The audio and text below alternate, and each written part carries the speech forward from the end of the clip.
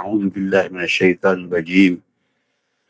يا أيها الناس اعبدوا ربكم الذي خلقكم والذين من قبلكم لعلكم تتقون.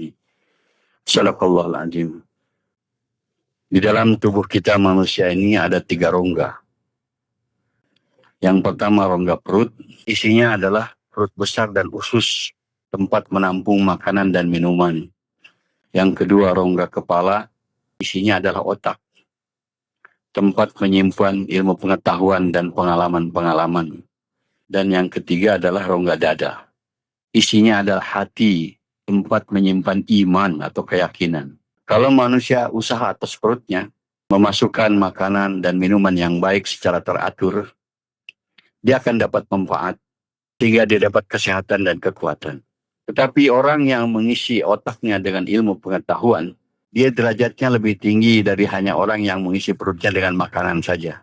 Tapi hadirin, yang paling tinggi dalam tubuh manusia ini bukan perut, bukan otak, tetapi adalah hati, tempat menyimpan iman. Allah Subhanahu wa taala mengirim 124.000 nabi dan rasul, usaha atas manusia, yaitu bukan usaha atas perut, bukan usaha atas otak, tapi usaha atas hati manusia. Jadi perkara iman, perkara yang gaib ini tidak bisa dicerna oleh otak. Misalnya Allah itu tidak berawal, tidak berakhir, otak tidak bisa terima. Macam mana itu? Tidak dibawa, tidak menyerupai sesuatu, susah dipikirkan dengan otak. Tetapi itu bisa diterima oleh hati. Allah berfirman dalam Al-Quran, "Man amila salihan min dzakarin aw unsa wa huwa mu'min falanuhyanahu hayatan thayyibah." Barang siapa yang beramal soleh, baik laki-laki maupun perempuan, dan dia orang yang beriman, maka kami akan berikan kepadanya kehidupan yang baik tadi.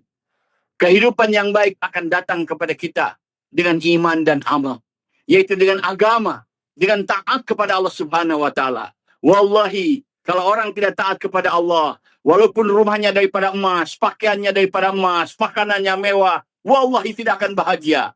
Apalagi akhiratnya hadirin. Dunianya tidak akan bahagia. Tidak pernah ada manusia di dunia bahagia tanpa agama hadirin ya. Orang yang tanpa agama hanya kelihatan seperti bahagia, tapi kehidupannya dipenuhi dengan berbagai macam masalah, dengan kekhawatiran dan ketakutan. Dia bekerja di kantor atau dagang di toko, disangkanya dengan dagang, dengan kerja itu, di situ mereka dapat rezeki datang. Padahal yang sebetulnya secara hak, rezeki daripada Allah Subhanahu wa taala. Bukan dari kantor kita tempat bekerja, bukan dari tempat kita berdagang, bukan sawah ladang tempat kita bertani. Itu tipuan. Yang sebetulnya adalah rezeki daripada Allah Subhanahu wa taala. Perkara yang hak ini hanya dengan iman bisa didapat. Hati akan bisa menerima perkara-perkara ini. Kalau kita hanya menuntut ilmu pengetahuan zahir saja, kehidupan kita akan tertipu. Sehingga orang akan takut dengan makhluk, takut dengan api, takut dengan pisau, takut dengan pedang, takut dengan peluru. Padahal itu makhluk. Yang harus kita takuti sebetulnya Allah Subhanahu wa taala. Yuhyi wa yumit. Dialah yang menghidupkan dan dia yang mematikan. Bukan peluru, bukan pedang, bukan api, bukan Allah Subhanahu wa taala. Itulah makna la ilaha illallah. Bohongkan yang zahir, benarkan yang gaib. Yang zahir-zahir ini bohongkan. Api bisa membakar, bohong. Yang bisa membakar adalah Allah. Obat bisa menyembuhkan, bohong. Yang bisa menyembuhkan adalah Allah. Uang bisa menyenangkan, bohong. Yang bisa menyenangkan adalah Allah Subhanahu wa taala. Tapi karena kita tidak menuntut ilmu keimanan, kita yakin dengan benda-benda. Sebagaimana manusia banyak sekarang yakin dengan uang. Sehingga orang sekarang semangat untuk mencari uang. Siang dan malam siap untuk mendapatkan uang. Dan seolah-olah mereka berkeyakinan segala-galanya dengan uang perkara beres. Padahal hadirin kalau dikaji, banyak masalah yang tidak dapat diselesaikan dengan uang. Hadirin. Ada seorang kaya, dia menulis, apa yang dapat dibeli dengan uang? Dia bilang, tempat tidur bisa dibeli dengan uang. Tapi tidur nggak bisa. Kalau tidur bisa dibeli dengan uang, orang kaya bisa tidur semua. Di dunia ini banyak orang kaya nggak bisa tidur. Hadir. Terus dia bilang obat bisa dibeli dengan uang, tapi sehat nggak bisa. Kalau sehat bisa dibeli dengan uang, orang kaya tidak sakit. Coba kalau kita datang ke rumah sakit, di situ banyak orang kaya yang sakit. Bukan sakit aja, mati lagi. Kalau itu sehat bisa dibeli dengan uang, orang kaya tidak sakit. Hadirin yang mulia, manusia sekarang mengalami kesusahan. Bukan masalah kurang uang, bukan masalah kurang harta. Masalahnya adalah tidak taat kepada Allah Subhanahu wa taala. Kalau kita taat kepada Allah siapa saja, pasti Allah akan senangkan. Kita kaya taat kepada Allah, Allah akan senangkan. Kita miskin taat kepada Allah, Allah akan senangkan juga. Disangkanya kesenangan itu monopoli orang-orang kaya saja. Tidak. Sehingga orang miskin ingin jadi senang, berusaha untuk jadi kaya. Soal kaya miskin sudah ditentukan oleh Allah. Rizki kita jauh sebelum lahir sudah ada ketentuannya. Sudah ada takdirnya. Jadi yakinkan betul hadirin yang mulia, bahwa yang akan membahagiakan kita ini adalah Allah.